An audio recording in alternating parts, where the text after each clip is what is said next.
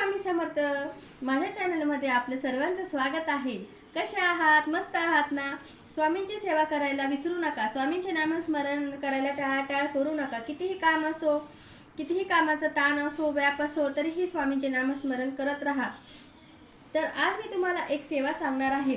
तर ही आहे कमळगठ्ठ्याची माळ। ही 108 मण्यांची आहे। तर ही माळ जप करताना माझे सुद्धा खूप हाल झाले होते। मला पण खूप त्रास झाला होता। पण काय करणार, ह्या माळेला आपल्याला श्रीयंत्रावर ठेवाच लागतं। तर ह्या माळेवर विष्णू गायत्री मंत्र, लक्ष्मी गायत्री मंत्र, कमलात्मक मंत्र, नवार्णव मंत्र घेऊन ही माळ आपल्याला श्रीयंत्रावर ठेवावी लागते।